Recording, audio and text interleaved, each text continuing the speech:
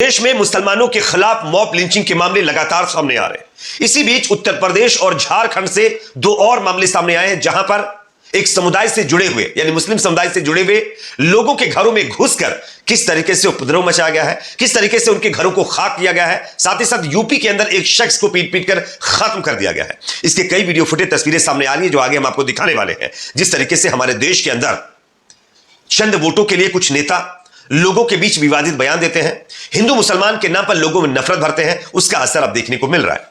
आगे हम आपको ये दो घटनाएं जो झारखंड और उत्तर प्रदेश से सामने आ रही है इसकी पूरी जानकारी देंगे। साथ ही साथ मोदी जी के तीसरे कार्यकाल संभालने के बाद यानी 19 जून से लेकर के 3 जुलाई तक कितनी मॉब लिंचिंग की घटनाएं सामने आई हैं इसकी भी एक नई रिपोर्ट सामने आ गई है, जिसको देखिए और समझिए कि किस तरीके से तीसरे कार्यकाल के बाद भी देश में एक समुदाय के लोगों के ऊपर हमले रुकने का नाम नहीं ले रहे। आगे ये पूरी रिपोर्ट आपको दिखाएंगे। उससे पहले अगर आप भी ये मांग करते हैं कि मॉब लिंचिंग की घटनाओं को अंजाम देने वाले लोगों के खिलाफ कड़ी से कड़ी कार्रवाई होनी चाहिए तो कमेंट सेक्शन में इस पर 2 शब्द जरूर लिखिए। वीडियो को ज्यादा से ज्यादा लाइक करिए, शेयर करिए। चैनल पर अगर आप नए हैं तो सब्सक्राइब जरूर कर लीजिए। सबसे पहले स्क्रीन के ऊपर मैं आप लोगों को एक तस्वीर दिखा रहा हूं। यह तस्वीर आप देखिए। यह तस्वीर उस नफरत का शिकार हुए व्यक्ति की है जो किसी काम के लिए अपने घर से दूसरी जगह जा रहा था और बीच में ही कुछ नफरत भरे लोग जिनके अंदर कूट कूट कर नफरत भरी गई थी, उन्होंने इसको खत्म कर दिया है। पूरा मामला स्क्रीन पर आप देखिए। एक मुस्लिम व्यक्ति को पीट कर बताया जा रहा खत्म करने की घटना सामने आई है। उत्तर प्रदेश के जलालाबाद के शामली क्षेत्र में भीड़ ने फिरोज कुरैशी नामक एक मुस्लिम व्यक्ति को पीट कर खत्म कर दिया है। फिरोज किसी काम के लिए जो है जलालाबाद के गंगा आर्य नगर इलाके में गया था। वहां पिंकी, पंकज और राजेंद्र और उसके दोस्तों ने फिरोज को बेरहमी से पीटा, जिसके बाद स्थानीय लोगों ने फिरोज को बचाने की कोशिश की, लेकिन उसकी पिटाई इतनी हो चुकी थी कि वो नहीं बच सका और उसने दम तोड़ दिया है। यह यूपी के अंदर एक और जघन्य अपराध का मामला सामने आया, जिसमें कुछ और नफरती लोगों ने अपनी नफरत का शिकार एक मुस्लिम व्यक्ति को बनाया है। यह अपने आप में दर्शाता है कि देश के अंदर अलग अलग कोनों से इसी तरीके की घटनाएं देखने को मिल रही हैं और यह सब कुछ नेताओं का किया धरा है। अब मैंने आपको पहली खबर दिखाई है, दूसरी खबर स्क्रीन पर आप देख सकते हैं। झारखंड, खैर यहां तो बीजेपी की सरकार नहीं है ना, यहां पर तो जेएमएम कांग्रेस पार्टी की सरकार है और आज देश में धारणा बन चुकी है कि जहां पर बीजेपी सरकार नहीं होती है, जिन राज्यों में विपक्षी पार्टियों की सरकार होती है वहां पर मुसलमान सेफ है, लेकिन ऐसा नहीं है। वहां पर भी मुसलमानों के साथ ज्यादती की जा रही है और इसका एग्जाम्पल आपके सामने। झारखंड कथित गौमांस रखने के आरोप में 2 मुस्लिम घरों को खाक कर दिया गया है। पाकुड़ जिला आता है झारखंड के अंदर। उसके गोपीनाथपुर गांव में कथित गौमांस को लेकर 2 पक्षों की झड़प के बाद उपद्रवियों ने 2 मुस्लिम घरों में आग लगा दी। दोनों घरों के मुस्लिम परिवार डर से अपना घर छोड़कर चले गए थे, घर में नहीं थे, इसलिए वो बच गए, वरना उनको भी खत्म कर दिया जाता। लेकिन घर के अंदर रखा हुआ सामान और मुस्लिम समुदाय से ताल्लुक रखने वाले इन लोगों के घरों को जलाकर खाक कर दिया गया है। यह अपने आप में दर्शाता है कि किस तरीके से एक समुदाय के लोगों के खिलाफ नफरती लोग उनको शिकार बना रहे, उनके घरों को, मकानों को, दुकानों को तोड़ रहे और उनको भी खत्म कर दे रहे। यह दूसरा मामला मैंने आपको बता दिया। अब तीसरी खबर जो मैं आपको दिखाने वाला हूं, यह सबसे ज्यादा चौंकाने वाली है। देखिए स्क्रीन पर आप खबर। मोदी जी ने तीसरे अपने कार्यकाल के लिए शपथ ग्रहण कर ली, देश के प्रधानमंत्री बन गए। अब मोदी जी के तीसरे कार्यकाल में अभी तक कितनी ये घटनाएं देखने को मिली है, स्क्रीन के ऊपर आप देख सकते हैं। सबसे पहली घटना 7 जून 2024, सद्दाम कुरैशी, गुड्डू खान, चांद मियां को खत्म कर दिया गया रायपुर के अंदर, यह आरोप लगा करके कि ये गायों को काटने के लिए ले जा रहे थे और यह रायपुर में घटना हुई है। उसके बाद दूसरी घटना स्क्रीन पर आप देख सकते हैं जो है औरंगजेब और यहां पर फरीद को बेरहमी से पीटा गया और यह सब कुछ यूपी के अलीगढ़ में हुआ और एक संगठन से जुड़े हुए लोगों के द्वारा इस घटना को अंजाम दिया गया।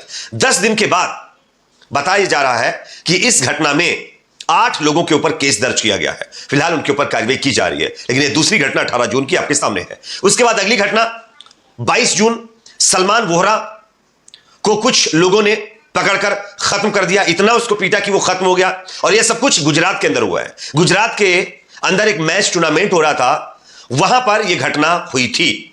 चिखोदरा नाम का एक जगह आता है वहां पर। उसके बाद तीसरा आप मामला देख लीजिए, यहां पर 24 जून का है, जो कि एक क्रिश्चियन जो है वुमेन को खत्म कर दिया गया छत्तीसगढ़ के अंदर। स्क्रीन पर के ऊपर मैं आपको दिखा भी रहा हूं, आप देख भी सकते हैं। उसके बाद अगर हम अगली घटना की बात करें तो आप देख सकते हैं यहां पर 25 जून 2024 की है, जो कि दरभाषिनी पंडुआ की बताई जा रही है। यहां पर भी आप देख सकते हैं किस तरीके से एक महिला को उसके घर में घुसकर खत्म कर दिया गया। उसके बाद अगली घटना आप देख सकते हैं 26 जून को 37 साल के इरशाद आलम को, जो टेलीविजन यानी टीवी रिपेयरिंग की शॉप उसकी थी, और इसको कोलकाता के अंदर यानी कि पश्चिम बंगाल के अंदर खत्म कर दिया गया।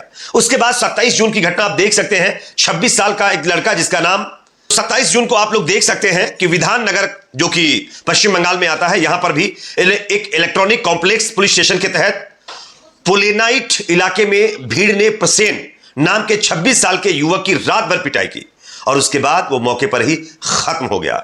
उसके बाद 28 जून की घटना देख सकते हैं आप लोग, कोलकाता के अंदर हुई है, 2 लोगों को खत्म कर दिया गया। उसके बाद 2 जुलाई को आप देख सकते हैं झारखंड के कोडरमा के अंदर मौलाना शहाबुद्दीन को खत्म कर दिया। इसी तरीके से 5 जुलाई को उत्तर प्रदेश के शामली में एक मुस्लिम व्यक्ति जिसका नाम फिरोज कुरैशी था, उसको भी खत्म कर दिया गया, जिसका मैंने स्टार्टिंग में आपको जो है उसकी जानकारी दी थी। तो इस तरीके से आप देख सकते हैं देश में जो मॉब लिंचिंग की घटनाएं हैं वो लगातार बढ़ती जा रही है। वो भी मैक्सिमम घटनाएं एक समुदाय से ताल्लुक रखने वाले लोगों के ऊपर ही हो रही है, उनके खिलाफ ही की जा रही है। और इसका सबसे बड़ा कारण यह है कि हमारे देश के जो पॉलिटिशियन हैं वो चंद वोटों के लिए अलूल जलूल बयानबाजी करते हैं, जैसे कि बीजेपी के नेता और सांसद जो कि गिरिराज सिंह है, उनके द्वारा किया गया है। गिरिराज सिंह ने क्या कहा है जरा उनका बयान सुन लीजिए, उसके बाद आगे इसकी चर्चा करते हैं। जो आज 47 में हमारे कुछ पूर्वजों ने अगर यहाँ से मुसलमानों को पाकिस्तान भेज दिए गए होते धर्म के आधार पर बंटवारे में, तो आज भारत के अंदर ऐसे प्रश्न नहीं निकल करके आते। देखिए,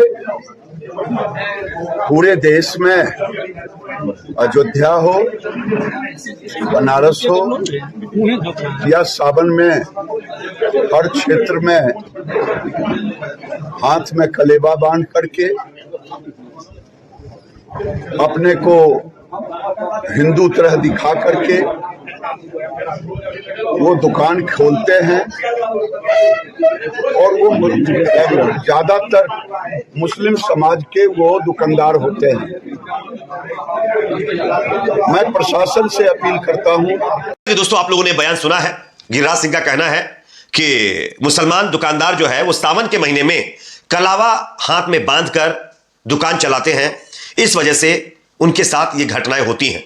यानी कि अगर कोई अपने हाथ में कलावा बांध ले तो इस नेता को बड़ी दिक्कत हो जाती है। और इनके बयान अगर आप उठाकर देखेंगे तो इस तरीके से ये लोग नफरती और विवादित बयान देते हैं, जिससे लोगों में नफरत बढ़ती है। उसका नतीजा क्या होता है मैंने आपको कई घटनाओं से दिखा दिया है। इस तरीके के लोगों के ऊपर, इन नेताओं के ऊपर जब तक कार्रवाई नहीं होगी तब तक ये घटनाएं होती रहेंगी और ये अपने वोट बैंक के लिए, चंद वोटों के बेनिफिट्स के लिए इस तरीके के बयान देते रहेंगे।